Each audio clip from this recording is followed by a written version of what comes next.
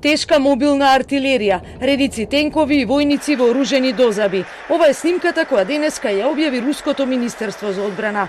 Конвоите се движат кон полигоните на југоисточниот регион Ростов, кој граничи со украинските региони Донјецк и Луганск. Во соопштението е наведено дека 150-та моторизирана стрелачка дивизија е на готовс. Последнава недела Русија стационираше околу 100.000 војници на украинската граница. Ги премести трупите од Сибир и далечниот исток на заеднички вежби со сојузникот Белорусија, која исто така граничи со Украина.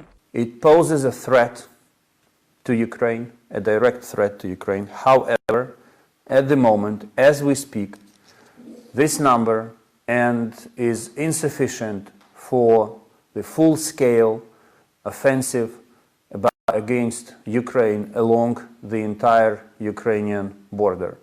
Советниците на председателите на Русија, Украина, Франција и Германија во така наречен нормандиски формат во потрага по дипломатско решение за деескалација на ситуацијата се собраа во Париз. De l'échange téléphonique qui interviendra entre le président Macron et le président Poutine vendredi matin.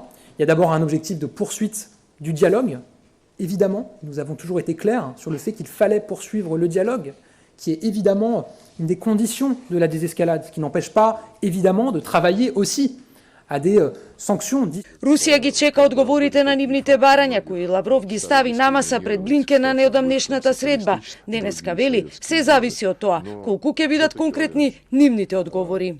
Если конструктивного ответа не последует, и Запад продолжит свой агрессивный курс, то Москва, как не раз заявлял президент, предпримет необходимые ответные меры. Лавров откри дека Путин договорил продлабочување на соработката во сите сфери со првите луѓе на Куба, Венецуела и Никарагва.